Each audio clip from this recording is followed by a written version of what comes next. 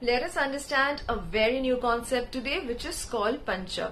If you are my regular viewer, you must have known by now that there are 27 nakshatras in our solar system, out of which the last 5 nakshatras, which are Dhanishta, Charan 3 and 4, Shadvisha, Purva Bhadrapad, Uttara Bhadrapad and Revati are considered to be Panchak nakshatras. यानी कि चंद्रमा जब भी इन पांचों नक्षत्रों के ऊपर से गोचर करता है, मतलब कि ट्रांसिट करता है, तो ये 5 दिनों का जो पीरियड है ये हमारी लाइफ के लिए काफी ज्यादा इनऑस्पिशियस हो जाता है और ये फिनोमिना हर महीने रिपीट होता है। मतलब जिनका भी चंद्र राशि एक्वेरियस या पाइसियस है तो आप सभी हैं पंचक बेबीज।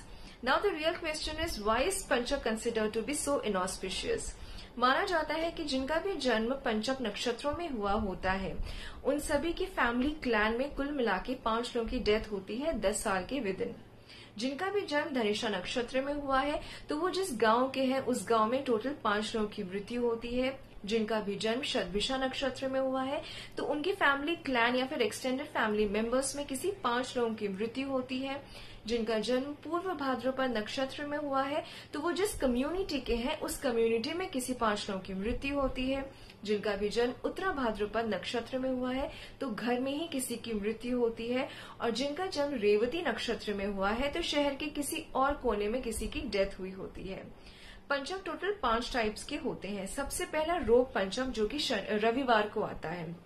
माना जाता है कि इस टाइम पीरियड में आपको कोई भी डिजीज हो सकती है और लॉन्ग टर्म क्रॉनिक इलनेस होने की भी चांसेस हो सकते हैं।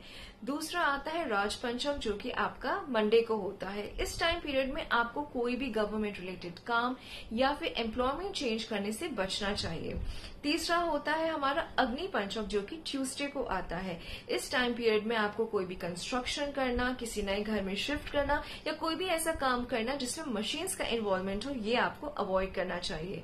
चौथा आता है चोर पंचक जो कि फ्राइडे को होता है। इस टाइम पीरियड में ट्रैवल करना, बिजनेस डील्स करना, फाइनेंशियल ऑपरेशंस करने से आपको बचना चाहिए। और लास्ट आता है मृत्यु पंचक जो कि शनिवार को होता है। इस टाइम पीरियड में कोई भी मेजर इवेंट करना जैसे कि शादी है या फिर कोई भी लाइफ का मेजर इवेंट करने से आपको बचना चाहिए।